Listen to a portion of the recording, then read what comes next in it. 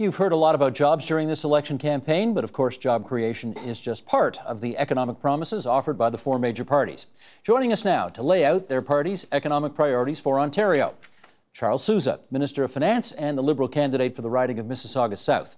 And the other major party's finance critics. They are Vic Fedeli, the PC candidate for the riding of Nipissing, Michael Prue, NDP candidate for the riding of Beaches East York, and Kevin O'Donnell, who's the Green Party candidate for the riding of Ottawa Centre. And it's good to have you four gentlemen around our table tonight for this discussion. I want to just put this up just for the heck of it, just to get us into this conversation here. The mention of the word job in all four of your party platforms, we did a word search for what it's worth. The Liberals mention it 39 times, the PC 66, the NDP 17, the Greens 10. Let's unpack that a little bit and see what it actually delivers here. Vic Fedeli, I want to start with you because this is not going to be news to you. Your critics have looked at your Million Jobs plan. They have ridiculed it from the left, center, and right as not adding up. And I guess I want to start with this. Why should the voters believe when nonpartisan, independent people have looked at it and said it's rubbish? Why should we believe there's anything there worth following? Well, first of all, thank you for having us here tonight. Yes. And I am going to say it. Happy birthday to you. There you go. Look, we stand firmly behind our numbers. As you've heard me suggest and others, you put 10 economists in the room and you are going to get 10 different answers. We have our latest series of economists, including Jack Mintz from University of Calgary and one of the chief economic analysts from Stats Canada coming out and saying, if anything, your numbers are low. But the bottom line is we're all talking about our creation of jobs, the PC creation of jobs, because quite frankly, others don't really have a plan, and it's a lot easier to criticize our plan than talk about not having one of their own. Well, we're going to get around to everybody's, but let's just start with this. What's the biggest problem you have with their plan? Well, we all know that Mr. Hudak has been an MPP for 19 years. That's one job. According to their plan, that would mean 19 jobs. They're basing everything on person years activity. Every reputable economist has refuted what it is they put forward, and yet they're basing their entire platform on that one document. And it speaks to the lack of credibility or their incompetence, if in fact that is what they proceeded to use as their means to justify how they're going to create 1 million jobs. So confusing jobs for person years of employment. Now, we have in our budget, the whole budget is all about job creation. And we've put forward Okay, hold on. I'm going to get to yours. I just want to focus on his for the moment. So their job creation plan is using math that doesn't add up, basic arithmetic. Maybe they should actually get a math lesson from the very teachers that they're going to fire, because part of their plan is to eliminate 100,000 jobs. Michael Prue. I think that's where I want to start. I mean, what I'm hearing at the door is people are really quite confused. How do you create 1 million jobs by removing 100,000 jobs from the system, either through firings or attrition or however they're going to do it? You don't start the whole process losing 100,000 jobs and then say suddenly and magically you're going to make it up to 1 million. I just find that people at the door find this incredulous. Kevin. As for me, I find that it's all based on projections and assumptions. The job cuts are based on regular attrition that's already going to happen, so it's not really much of a plan. It's just going to happen already. As for the jobs that are created, they're based on projections, and I think the voters of Ontario have lost faith year after year as these projections are made and then lost under the current Liberal government. That's why the Greens propose very specific targets to say, let's protect Class 1 farmland so that the 740,000 jobs... We'll get to yours in a second. We're looking at his right now. Responses to what you've heard? Well, again, it's easy to criticize, but the very point is we're all here talking about, all through Ontario, Tim Hudak and the PC's plan to create 1 million jobs in Ontario. So we're talking about our plan, and we may quibble on some of the statistics in it, but the fact of the matter is we've got 100,000 positions that we want to talk about. Michael, I can talk to you and address that right off the bat, why we need this. Both of the other parties agree that they're going to balance the budget by 2017-18, but will not be honest with you and tell you where are you going to find the money. It's a $12.5 billion deficit today, and they plan on going to a balanced budget to zero in only a couple of years, but they won't tell you what they have in mind on how to get there. So we're talking about our plan to create jobs, which we're always proud to talk about. Let me talk about that very question right now. You brought your budget down on the 1st of May, your second budget. One of the things in that budget in year 3 calls for an $800 million cut in program spending. I don't think the Liberals have been very specific about what they intend to cut in order to achieve that rate of savings. Can you help us with that tonight? Absolutely. We have, for the last 5 years, consistently beaten our targets. In fact, we have implemented over 80% of Don Drummond's recommendations, and he himself is quite astounded and surprised that we've been able to exceed it by over $8 billion in cuts or in measures of austerity without sacrificing those programs that are so essential to us, like education and health care. So what we've done is redone some of our pensions, for example. We've looked at some of our benefit plans. We have transformed some of the very deliveries so that we can do it at better cost for taxpayer value, recognizing that healthcare is the largest part of our budget. Our program spending around Canada is around 9.86% for healthcare. In Ontario, it's less than 3% because of the changes and the discipline that we've maintained. We've been very determined in controlling our costs. In fact, last year, we beat our targets by over $6 billion. So what you're saying is you will not have to lay off anybody to achieve that $800 million spending cut. We have done so. We have done all that's necessary to become the leanest and lowest cost government anywhere in Canada, lower than the Progressive Conservative federal government. And we only have 65,000 public servants in government now. What they're going after is the broader public sector to get at their 100,000 cuts. So we've taken those measures. And we'll continue to do the steps that's necessary to go forward. Michael Pruitt, your reaction to that? Well, I mean, we listened to them and we looked at their budget. We found it wanting in a couple of areas. Chiefly to me was the sale of assets, because the whole budget is predicated on the sale of assets in order to balance it in the long term and to build the infrastructure in the subway. But we're looking at a different way. We're looking at some $2.8 billion of extra revenue offset by about $2 billion of promises that they're not making.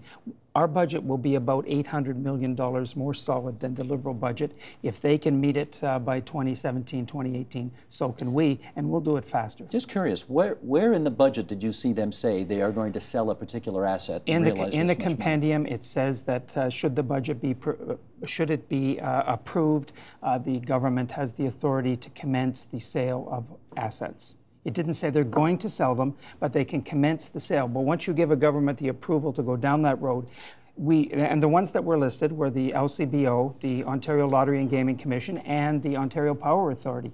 And then it said, and others. And I know in Beaches East York, my Liberal candidate stands up on every podium, including today, and announces that he has no problem with selling those assets. Kevin, do you think the Liberals can cut $800 million of program spending without laying people off? I don't think it's reasonable. Actually, the local senior minister in Ottawa, Bob Chiarelli, largely acknowledged that there would be cuts under a Liberal government. So you asked me last time I was here if I would have supported the 2013 budget, and I said no then. This time, one thing a Green MPP would have done is try to negotiate and see our priorities met. And we would have wanted to see royalties increased, for example, for aggregates and water taking to shore up that budget so that perhaps we can protect the public service before going to austerity measures, and also stimulating some job growth in small businesses by increasing the employer health tax benefit. Which is actually something to get your platform out here. We're going to get to your platform. I'm trying to focus on his in the moment. You've been specific in saying that you're going to eliminate 100,000 positions in the broader public sector over 4 years. Have you crunched his numbers, and if you have, what have you come up with? Well, not only have I crunched his numbers, his own Ministry of Finance did, and told him in documents that we have received that say you are not on track to balance your budget. I have brought this up in the legislature time and time again, but the minister said something that was a little disingenuous. He said, we don't want to cut services like health or education. But let me tell you, health services today under the Liberal government have been cut severely. You look in anybody's community, we've seen cuts to physiotherapy for seniors from 100 down to 4 times a year. We've seen cuts in cataract surgeries. 39 days have been eliminated. We've seen cuts in diabetes testing strips. My mayor in Corbeil came to me and said, I have to pay $500 a year now. And in North Bay, they have fired nurses last year, and just last week, we had 34 more healthcare professionals at our hospital that were gone. That was phase 1 of 3 more phases, and they're shutting 60 beds at North Bay General Hospital because the Liberals can't balance the budget. So he's been disingenuous. And he also said one other thing. But if hospitals say they're cutting budgets, why is that his fault? Because he doesn't have enough money to pay them the money that they need because he can't balance the budget. He says they're the leanest government, But when you have a $12.5 billion deficit, which is twice the deficit of all other provinces and the federal government combined, I mean, our debt grows by $400 a second. $400 a second. The length of this show, our debt in Ontario will grow $1.5 million. That's not a lean government. Responses over here? The province and the Ontario government have done extraordinary work, and we always said that we would balance by 2017-18. The Conservatives are suggesting they can balance 1 year earlier by cutting revenue. That's pretty dramatic. And they're going to say they're going to be able to do it by cutting costs modestly. But yet they're taking into consideration the very cuts that we've already put in place. They're going to have to double count those cuts in order to achieve what they suggest will happen. That's over $8 billion almost that they're going to have to cut in order to achieve a balance 1 year earlier. Now that's destructive, and it's going to harm the recovery in our economy. We have outpaced most of the world. Ontario has got a strong foundation. We got more sectors in the economy that have started than all of Canada combined. And when you look at our debt to GDP, the ability to afford that debt, Ontario stands around 38, 39%. Canada's around 36%, thereabouts. The European countries, the UK and others, they're hovering in the 80s and 100%. So you get a sense. Greece is 155, and I hear you guys all the time saying we're on our way to Greece. Yeah, so that's the point that they were at our stage today. When my the goodness, Drummond first came out, we're at the point where if we continue on the path that we're Ontario continues to lead in many respects the new sectors of the economy, the new industrial age, by investing in those sectors, because that's how we're going to compete. We're in a competitive world. And in order to win, you got to compete, and you got to attract that investment. You have to maintain a very dynamic business climate, and that we have. We have one of the lowest tax rates already. To cut even more dramatically would then put that revenue at harm's way. Let's hold there. We're going to get to tax rates in a second. I want to focus on one of the key planks in your economic platform, which is your party would like to give a tax credit to employers to hire people. Yes. So you don't just get a tax cut for doing nothing, you get a tax cut for doing something, namely hiring people. Yep. Why do you think this would work? Well, first of all, we took the page from Obama, and I'm not sure whether he ever actually had a chance, because the United States government's a pretty tough thing to get this through, but this was one of his key planks and one of his key ideas, and we think it can work. Right now, according to Jim Carney, who's gone off to England, and the late Jim Flaherty, Mark Carney, sorry, and the late Jim Flaherty, both of them said that corporations are sitting on $500 billion of dead money. We keep cutting their taxes, but we don't see any benefit in the long term. We think that by giving up to, and not every job will get $5,000 as a tax credit, but giving up to $5,000 for the creation of that job will actually create jobs. We think about 170,000 jobs for about $250 million. Now, this is not new money. We give money to corporations all the time. We want to take $250 million that are presently being invested in corporations and use it as an incentive. Create a job, get an incentive. When I'm out there talking to people, they think this is a good idea, particularly young people who are struggling for that first job. And I've talked to small business people who said, if you can give me that kind of credit, I'll hire somebody. Kevin, will this work? I agree that it has potential to work, but I take issue with the idea that corporations are sitting on dead money. Interest rates are at record lows and have been for years and years and years. So corporations simply have a financial, their accountants run the numbers and go, we'll just leave that money there because we'll take debt financing instead. So the dead money argument is not much of an economic mover. I agree that giving businesses an incentive to create a job has some merit to it, but we would go the other direction. Instead of a tax credit for the creation of a job, we would lower the costs to job creation. Coming to you later, sorry, Kevin. I'm going to get to your payroll tax. I agree in principle, but we'd choose a different tool. Okay. Vic, obviously you went a different route. You decided to do tax cuts instead of tax credits for doing something. What's wrong with his idea? Well, we think lower taxes create jobs. We think that lower energy rates creates jobs. We think that cutting red tape creates jobs. So we've put the combination of those three things together in our Million Jobs plan. But I can tell you one of the reasons businesses is sitting on some of this cash, as well as the uncertainty in Ontario. That big looming debt and growing debt and the high deficit, they know that these guys are going to raise your taxes, and no business person would like to step into an unsettled tax regime. Look at the Victor mine in the far north. After De Beers got halfway through building a multi-billion-dollar mine, the Liberals imposed, for the first time ever, a diamond tax. But they told De Beers, don't worry, we're going to tax all diamond mines in Ontario. They're the only one, of course. We saw this budget, the aviation fuel tax. The president of Air Canada said that's going to add another $100 million to travelers and cost your tickets to go up. The Ring of Fire is another area that some of the people, the big proponents, are concerned.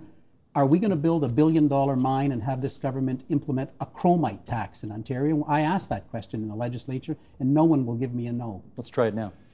What's the answer to that part? We'll get to his in a second. Well, here, everything that I do is reviewed, assessed, is audited, and we're under a microscope. Rating agencies continue to support what it is that we have going forward. In fact, independent agencies, not any government, have already rated that Ontario is a top jurisdiction in all of North America for foreign direct investment, and that doesn't come by accident. We have beaten out California and New York for the very things that Vic Fidela just mentioned, because Ontario is an attractive place to compete. They want predictable, and they want to make certain that it's sustainable. Ontario is offering those things. Chromite tax coming later? Oh, my goodness. No? We haven't had any such discussions. I mean, he's going to show you a book that talks about nonsense, because all of the things that he's talking about are officials always issuing concerns. We have to listen. We have to look at what the challenges are before us, recalibrate, and ensure that we protect the interests of the taxpayer. And what about his? I mean, you guys have got a $2.5 billion job subsidy plan out there, so you're clearly prepared to use the levers of the state in order to create jobs. He's choosing a different approach in his party, which is a direct credit to employers to hire people. Well, which one's better than the other? So the deal didn't work in Obama's presentation that was put forward in the U.S. also didn't take place.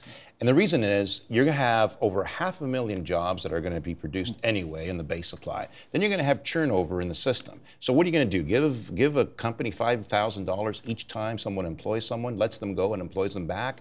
That's the kind of risks you went into. We have a Jobs and Prosperity Fund over a 10-year period of $2.5 billion with the intent of attracting those investments into the province with sectors from aerospace to agri-food to mining. You talk about the Ring of Fire. Ontario, in the budget, we committed $1 billion to an all-weather road and the infrastructure necessary to attract those proponents. I'm focusing on him for the moment. You've heard some of the criticisms. What's your observation?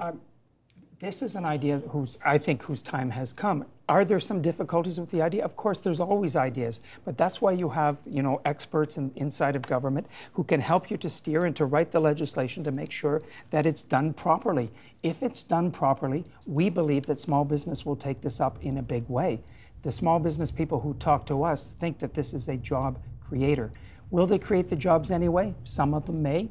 But this is 170,000 jobs will be created at a maximum of $5,000 each.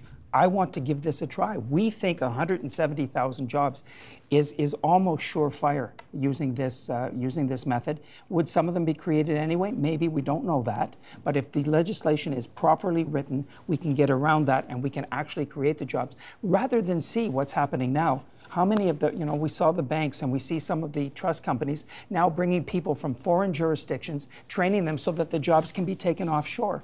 We would rather have the jobs here.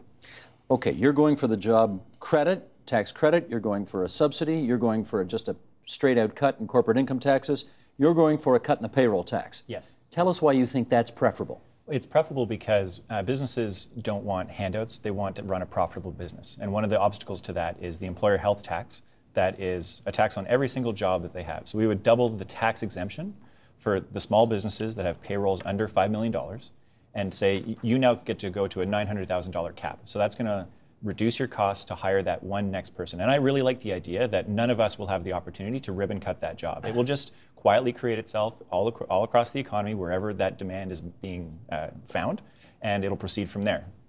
So the idea being that on the first $900,000 of payroll, yes, you don't pay any employer health tax on that. The first $5 million of payroll, and it would be, so the exemption is $450 now after Liberals increased it just from $400,000. We've always been calling it for it to be doubled. And interestingly, I believe that the Premier, the current Premier, called for it to go to $900,000 in her leadership run, and then somewhere that goal evaporated. We did increase it. In fact, 90% of small businesses now don't pay the employer health tax because of the steps we've taken, which the opposition stalled for the longest time because I needed to have it passed before the Christmas time, so we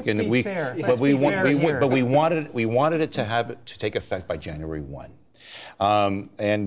So those steps haven't taken, and it's an appropriate thing to do to try to make us competitive. But Ontario is very competitive. And you've mentioned subsidies, but it's not the only component of our plan, right? It's a very balanced approach. We must maintain a very dynamic business climate, and we must invest in those areas strategically that will create jobs. When you said let's be fair, what does that mean? This was one of the planks that the NDP had that we put forward to the government in the previous budget. It was exactly what they adopted. Now, what we didn't do is we were going to take that, offset that money and put it into the budget. What they did instead was give a write-off to the small business. But this was exactly our plan. We did not stall it for 1 second. We agreed with it. We were ready to go. The Conservatives filibustered a little, but I don't think it's fair for him to say the opposition was doing that. This was our idea, and we still like it. Vic Fedeli. Well, he calls it stalling, he calls it filibustering, I called it debate. I mean, it passed on time, we supported it, but a critical component of it was the fact that they did it on they got the money to pay for it by canceling the exemption for businesses with 100 employees. So a Canadian Tire, a grocery store, all of those businesses now, their tax is about $8,775 greater to pay for it. So it was a big announcement that didn't cost the government 1 penny. They just swapped who pays for it. Okay, Sheldon, let's bring this up if we can. I'm on the bottom of page 3 because we asked people to send in questions, and here's one that we got here. The Liberals, NDPs, and PCs all differ in their position in regards to the corporate tax rate in Ontario. Why do you feel that Ontario needs to maintain, increase, reduce the corporate tax rate? Okay, Vic Fedeli, let's start with you because you're talking about moving the corporate tax rate down to 8%, which would be the lowest anywhere in North America, right? Absolutely. What's the advantage of doing that? Well, we need to create advantages in Ontario. And sadly, over the years, we've seen Ontario go from the lowest hydro rates in North America to now the highest hydro rates. That is going to take us some time to make hydro affordable. Businesses need to know that they can rely on a proper tax regime in Ontario. So we will lower it from 11.5 down to 8 because we know that lower taxes create jobs. What will that cost the Treasury? Well, we think it's going to be a net gain to the Treasury, just like it was in the 90s when it was corporate rates were last lowered. It was a net gain of several $billion in the Treasury over the period of time. The other guys believe that higher taxes and higher energy rates somehow create jobs, and we just patently do not understand that. Can I ask a dumb question then? If lowering tax rates brings you in more revenue, why not cut the rate to 0 and have the revenues go through the roof? Well, there's a practical level of where you need the funds, and at 8%, we're at the right number. Just like in the 90s when we increased our tax revenue by several $1 billion by lowering the tax rate. Now, in the Liberal budget of 2009, they touted lower tax rates, and they had a beautiful speech that I could give you on why lower taxes increase job creation, which they did do. Which they stopped lowering them to buy off the NDP in the 2012 budget. They were lowering them from 14 to 11.5 to 10, but they stopped at 11.5 to give these guys the budget passing. What's wrong with the corporate income tax rate lowering to 8%? So right now, small business tax rate is 4.5%. Manufacturers tax rate is 10%, and large corporates like the banks is 11.5%. And by lowering taxes to create jobs is something that their economists from the United States have been promoting. But they also stated that if you're doing that, you've got to find some form of stimulus to create jobs on the other side, something that targets them. That was part of the recommendations by economists, which they excluded from their plan. So by so doing a tax cut, you may create a modest amount of jobs. But if you don't stimulate the growth in other areas, then you're not going to create those jobs, and that's why you need a proper balance. We have one of the lowest tax regimes anywhere in North America right now here in Ontario. We are competitive. We are competitive because that is why we become the top jurisdiction in North America for foreign direct investment. So we're taking those steps. And even C.D. Howe Institute and others have indicated that Ontario's numbers have the greatest integrity of all other governments because of the steps we've taken for accountability and openness. Let's go to Michael Proulx. And that includes how we create these jobs. Michael Proulx, you want to raise the corporate income tax 1 point. 1 point. What would be the value in doing that? Well, it would bring into the Treasury $700 million this year, and increasingly over the year, over the next few years, up to nearly $1 billion. We are running a $12.5 billion deficit. We have the lowest corporate tax rate, or amongst the lowest in all of North America. I agree that we have that. By raising it up one point, we would tell corporations that they have to be partners in all of this. They have to be part of the economic recovery. They just can't sit there on a $500 billion of dead money and think everything is fine. We need that money to do very good things with it. With $1 billion, you can build subways, you can help eliminate poverty, you can do 100 things that governments need to be doing. You cannot forever just say we're going to cut your corporate taxes with no net benefit seen by the public.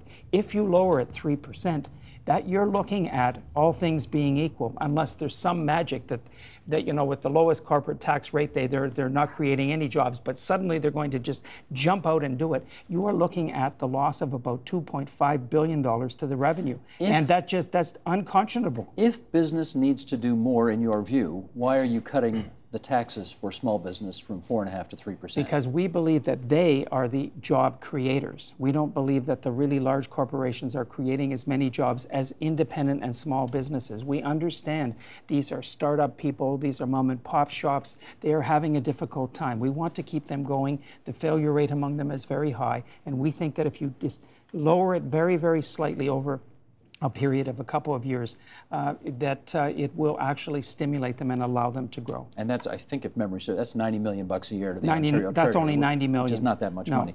Your view on what you've heard so far?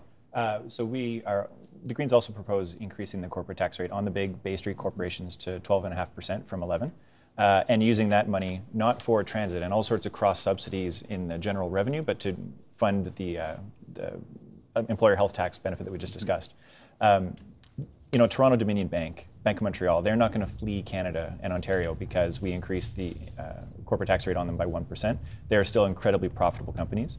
Using that money to create the small jobs we discussed earlier is a net benefit to Ontario, and possibly it's even a net benefit to those banks. They're going to have loans to those businesses that are forming and growing throughout Ontario.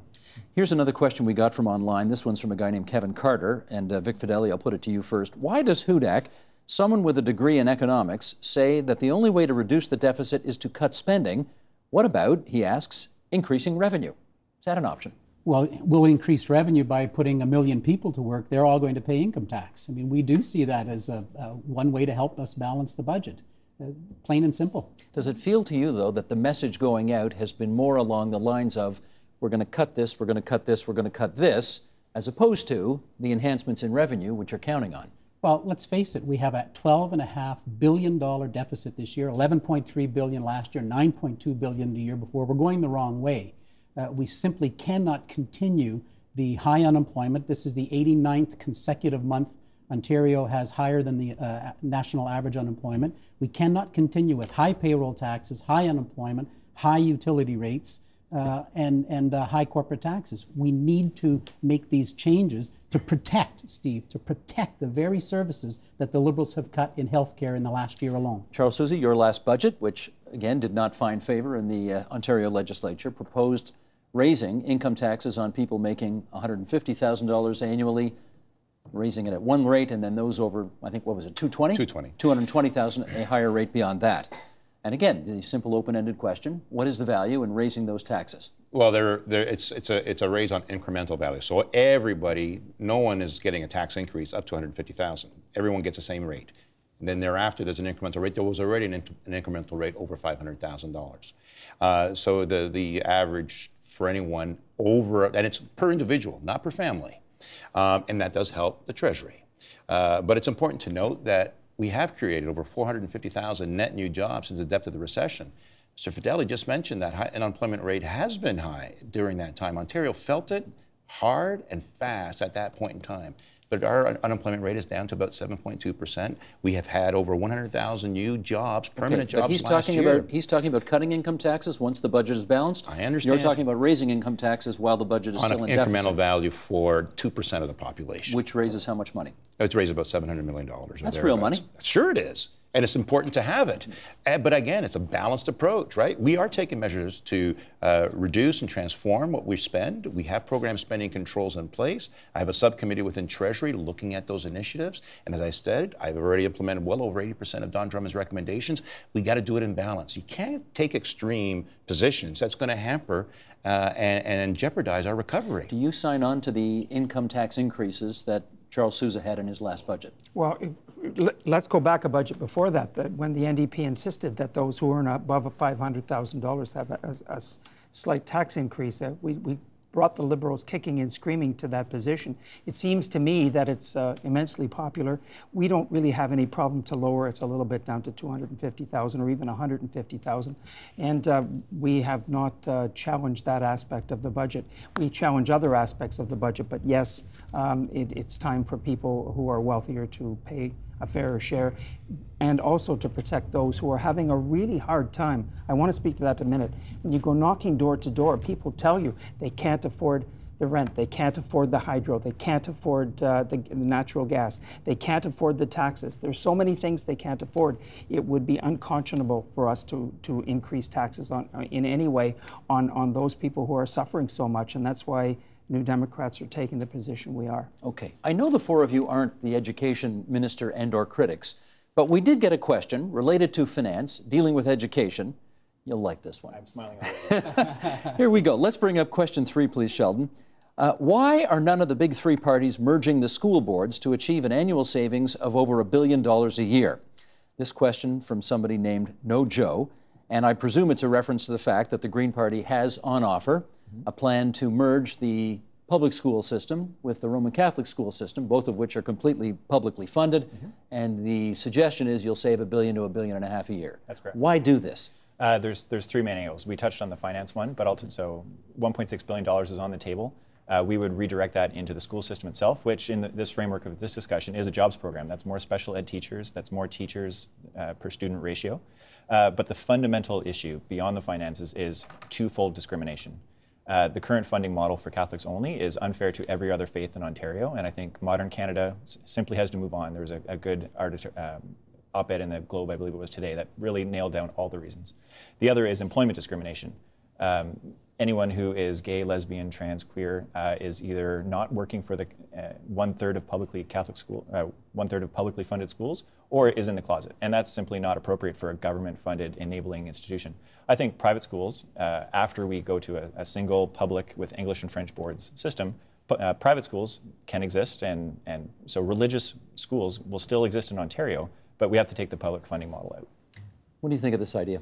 Well, certainly it was not one of the recommendations of Don Drummond, so we won't be looking at it. Well, he was told not to recommend that. But I have to tell you, something needs to change in the system, because we have, in the last 10 years, 250,000 fewer students, yet we spend $8.5 billion more today over the last 10 years. So this is not an option that's on the table with our party. It's not something that we're looking at right now. This was an option for you once upon a time when you ran for the leadership of your party, if I recall. Well, I did raise the issue because I felt that New Democrats needed to discuss it. I was kind of neutral on my own position on it, but I did think that it was an issue whose time had come for debate. The New Democratic Party debated it. We established a panel. The panel reported, and the panel's discussion in the end was, first of all, they started from the premise that if it did not already exist, they would not invent it. And then, having said that it does exist and some of the pitfalls, that they would review this when there was sufficient public purpose behind it, when there was sufficient public momentum to say, let's review that. I have not heard that public momentum, and at this juncture, it is not in our platform. Will it never be in our platform, or will it ever be?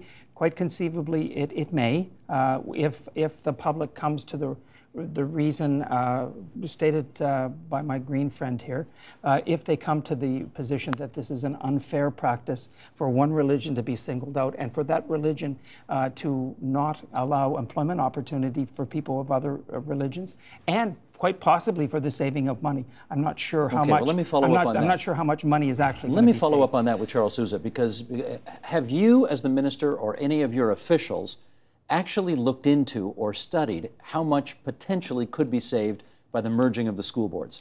So in terms of the economies of scale, in more rural communities where it's more difficult to house, and they find ways to cohabitate in order to accommodate the student. And this all has to be around the benefit to the student. So in terms of the economics of it, what has resulted thus far, we've had this debate in the election in 2007, and it was very clear what the public wanted. and they continue to want both the systems. But Well, hang on, I got to jump in there, because what they rejected in that case was more public money to other religions. Right. They And didn't make a comment about this. then at the tail end of that election, we came into the one-party system, and that also didn't fly. What we have, though, is higher test scores for our students, greater graduation rates than That's ever not my before. question. My question No, is, have you studied it, and could it save the money? But in the end, it's what is in the best interest of the students. What are we doing to ensure that they're better prepared for the skills of tomorrow? What are they going to do so that they can ensure that they can compete and get those jobs? And we're investing heavily in our students to ensure that they can by investing more in ECEs. So I know you don't favor this, right? Well, I'm talking about like the cuts that are being proposed by some, the 30% tuition cuts that they're proposing on graduate students or postgraduate, post-elementary, university and college students, post-secondary, the increase in class sizes to a greater extent to try to find savings in the system. Those are things that they're trying to do to try to find those economies of scale, but they're doing it on the backs of the students. We can't do that. Can I ask you I miss a bit of smart-ass question, but does it bother you that your premier can't teach in the separate school system? Listen, we have a number of students that are from different religions all looking at the separate school board, and they're being accepted. So those things continue.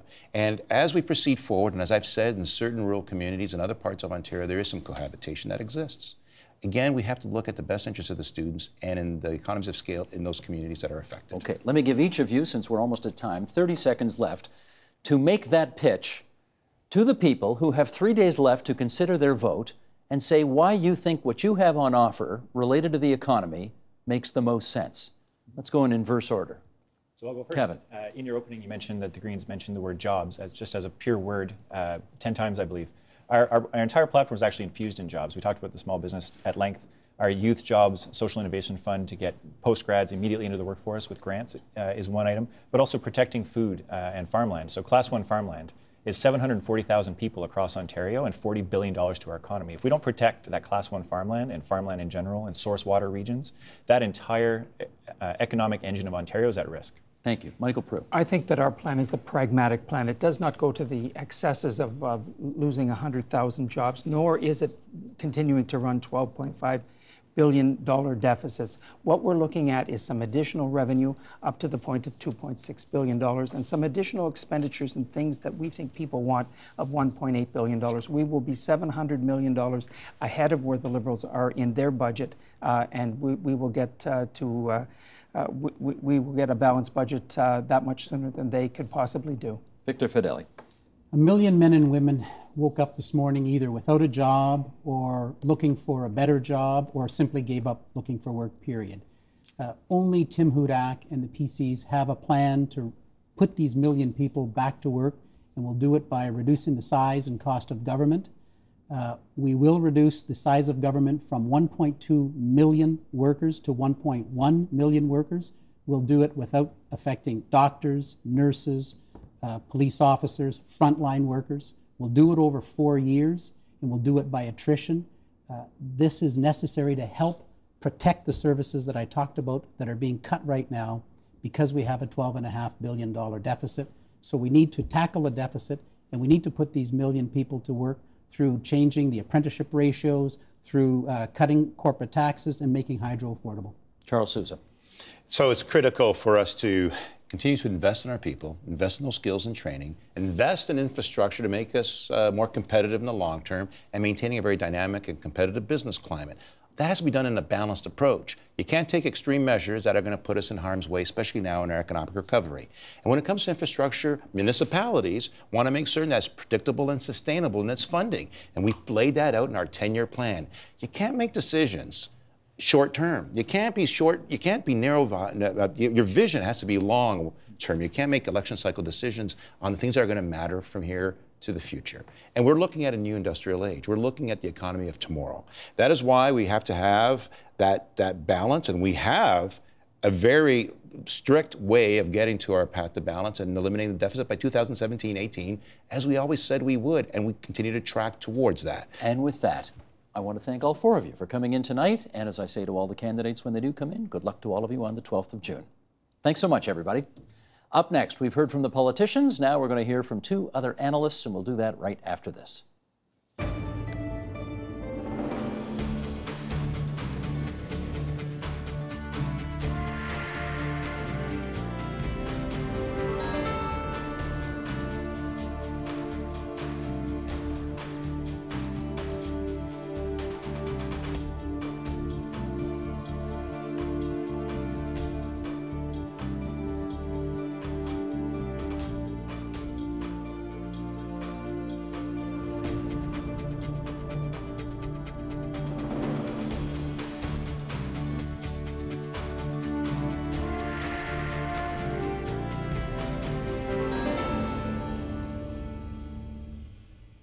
Okay, joining us now for their reaction to what the politicians have had to say, here are Armin Yalnizyan, senior economist with the Canadian Centre for Policy Alternatives, and Joanne Chianello, who is a columnist at the Ottawa Citizen, and it's good to have both of you back here at our table. Thanks for having us. Thanks. Let's talk jobs. Armin, you heard the plans on offer. Anything sound outrageous to you off the top?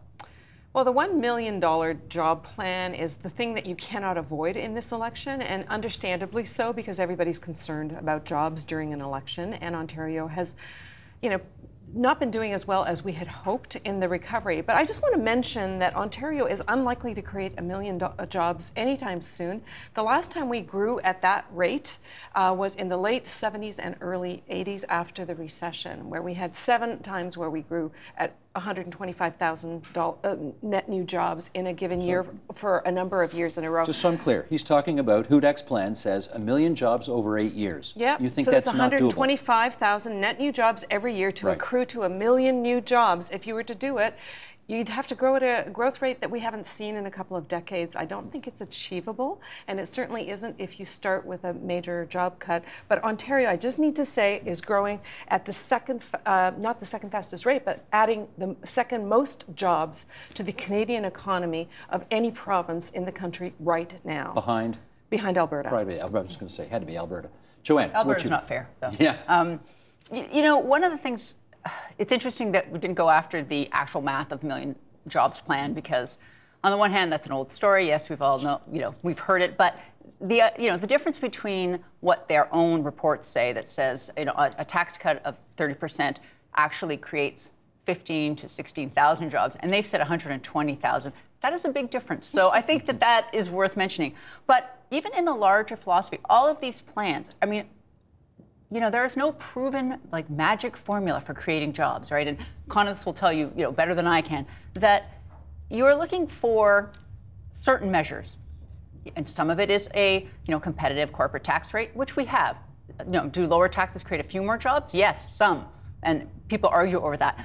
But it also, the global economy is the big deal here, right? I mean, if you look back at when Mark Carney, the former Bank of Canada governor, told everyone, stop sitting on your cash, spend money, it goes to show that just because you give corporations more money, they're not necessarily going to spend it increasing their businesses, expanding, hiring new people. There are a lot of other factors at play here that the government cannot control. And so this is something that is not really talked about, because it always talks about how they all have their own plan. Sure. But let me follow up on essentially what I think the Conservatives have tried to do, which is they say it's simple math. If you cut tax rates X percent, you will get X number of jobs. Now, can you, in economics, make that conclusive a conclusion on what tax cuts will beget? Yes, if nothing else changed. But the problem with the tax cut is it happens when the whole system is moving. So where do jobs come from? Jobs come from consumers that are going to pay for your good or your service. Labor is a derived demand from the demand for goods and services. So the only way you're going to create more jobs is if people are going to spend more money, whether they're in Canada or they're outside the country, whether it's export driven or Canadian. Now, we cannot control how the rest of the world buys what we buy with our tax cuts. And we're not going to create one more job with a tax cut here if other things are preventing companies from saying, I've got more demand, I need to hire more people. That's the bottom line, is do they need to grow their capacity to meet the demand that's coming in through the door? Now, you and I both sat in on some briefings that the Conservatives and other parties have given about the Million Jobs Plan. Yes. And you have heard Conservative behind-the-scenes people defend the math and the economics in their plan. Have you found those briefings persuasive? Not particularly, no. I do not see how those the numbers actually add up. And it's interesting. I interviewed Pedro Tunes. He's, one of the top economists at Conference Board of Canada. He worked on the report, and he does not know why, for example, they took the average number of jobs that could be created every year and multiplied by 8. He said, I don't know why they did that. I don't want to comment. And fair enough. He was not part. The Conference Board of Canada was paid to, work up a model, put in their numbers and say this is what could happen. Again, if nothing else changed, if you just cut the tax rates by a certain amount.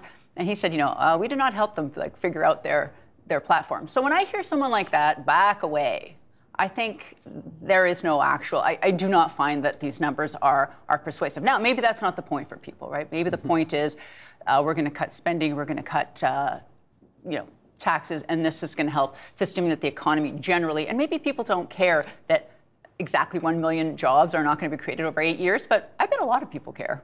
Well, can you help us understand, because I think one of the things that the Liberals allege about the Conservative plan is that if you cut taxes by X, you will derive X number of jobs, but as you point out, only if economic circumstances stay the same. Can you create those jobs while at the same time, this seems to me to be the big question around the Tory plan, at the same time eliminating 100,000 positions from the broader public sector? It would be really challenging to do that because, for example, the number of jobs we lost between 2008 and 2009 in Ontario was 165,000. So if you're saying you're going to cut 100,000, you're looking at essentially recessionary, like creating a mini storm that may or may not be enough to trigger a recession because we're growing at a very low rate right now. In fact, all of our growth figures are projected to be, just over 2% for the next 30 years. So what I find really interesting about this discussion is it's almost like we're punishing the previous Liberal government for whatever, wrongdoing that they did with public money in the debate. And but really what we need to worry about is how are we going to adjust for slow growth going forward when we've got increased demand on services and less revenues to deal with it. And it's that forward-going plan that often, like was famously said in the 1993 election, an election ain't no time to talk about policies, said Kim Campbell. But if you don't know what your policy is for growth, you've got a real problem. Okay, let's talk balancing the books. You heard, I think, the Greens, the Liberals, and the New Democrats all saying they want to balance the books by 17-18. Conservatives think they can do it a year faster. As you've looked at all of the plans, does any one of them seem to have more credibility than the other? Well, first thing I would say is I'm not sure that most Canadians, if you're looking at big cuts, care about, whether you balance it 1 year off or not. If you're talking about 5 years or even 3 years, that's one thing. But 1 year difference for a lot of cuts, I don't think that makes a lot of, that matters a lot for a lot of people. I do think the Liberal plan, you look at it and a $5 billion deficit disappears between 2016 and 2017, I'm a little bit skeptical.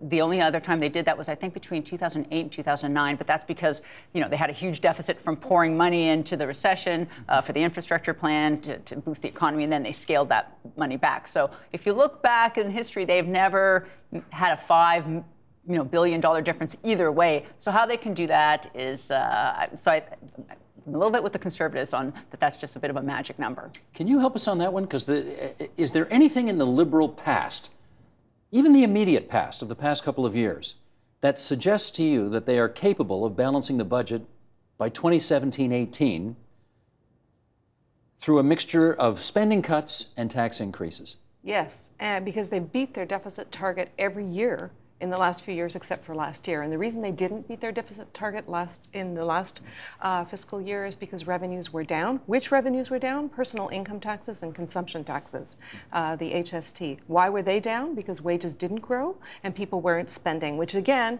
brings me back to why you need to focus on what are you going to do to prevent further wage stagnation and further collapse of domestic consumption when you don't have an export-driven process to propel your economy. So, I mean, they've done what the Liberals at the federal level did in the mid-1990s. They under-promised and over-delivered on deficit reduction, except for this one striking last year. And what they're saying going forward is we've got a plan for dealing with that. And I think they're not stupid. They're going to under-promise and over-deliver yet again on those targets. But my hunch is when people saw this last budget that did not pass because the NDP declined to support it, and they saw the deficit from last year and this year, and the deficit this year in an election year was bigger, even though the tax increases were bigger, people scratch their heads. How do you do that? How do you increase the deficit? How do you increase taxes and the deficit at the same time?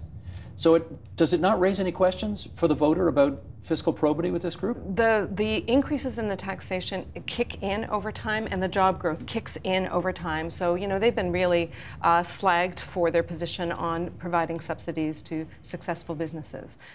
For example, Cisco and OpenText are the ones that come to mind. And they say that they're leaving $10 in investment for every dollar that they provide in a subsidy and a guarantee of thousands of jobs. If those subsidies had not been put there, we would be looking at more decline in unemployment. And that's a contagion that we cannot afford to see continuing to spread in southwestern Ontario. Let me ask you both about the economics and the politics of this, because the Conservatives, of course, say we are getting rid of all of what they call corporate welfare. Now, if a car company that employs tens of thousands of people is about to go under, I mean, can you imagine going forward that the Conservatives would not do that? No, I don't think that they would do that. I don't think that they would just let that go. I mean, I don't understand. They would just be pilloried. Politically, it would be a disaster, and I'm sure economically as well. I mean, are you really going to let these industries that have all of these spillover effects just leave the province? I don't think so. I mean, it's interesting. Cisco's from my hometown in Ottawa, and it was a big, it's troubling on the one hand, right? You think, Cisco made $10 billion last year, and we gave them $220 million to create, about 2,000 jobs. Very, very heavily subsidized. On the other hand, Cisco also laid off 4,000 people last year. They are ruthless. And he said, the CEO said he gets calls all the time from the governor of North Carolina, from the president of Poland wanting them to move there. So what do you do? So that is, as you were saying, it's hard to know how to balance that. But if that company upped and left, you would hear from. You would hear about it. Not only that, and it's like a strategic node too. You do not want to lose that kind of sector, because that's where the brain drain starts. Because the people that are hired there are not going to hang around waiting for some small startup to come up. They're going to go to where the jobs are, and the jobs may be in North Carolina. They may be in Brazil. This sector of employee is incredibly mobile. They'll go to where the jobs are, which is why you want to keep those people here. I'm not a fan of what is going on by any stretch, but I think it is possibly, arguably, a better way of hanging on to the human capital you've got, that you've invested in, than a broad-based corporate tax cut, which benefits both those who axe jobs as well as those who create jobs. Is it better, though, than the NDP tax credit, right, where they say they're going to give you up to $5,000 for a job, a newly created job? Yeah, I'm thinking that that's not very strategic in terms of where are you hanging on to the sectors you're hoping to build on. But there's all sorts of. That's why we're having an election. How do you see the future? How would you build for the future? I think this is I wish we were talking more about how does this work to make sure we don't lose what we've got, because it is at threat. Well, for the voter, presumably this is good, because you've got competing interests. You've got job subsidy versus the tax credit versus just across-the-board corporate income tax cuts, followed by small business tax cuts, payroll tax cuts. We have a lot of different choices, actually, in this election. I wonder if people know that.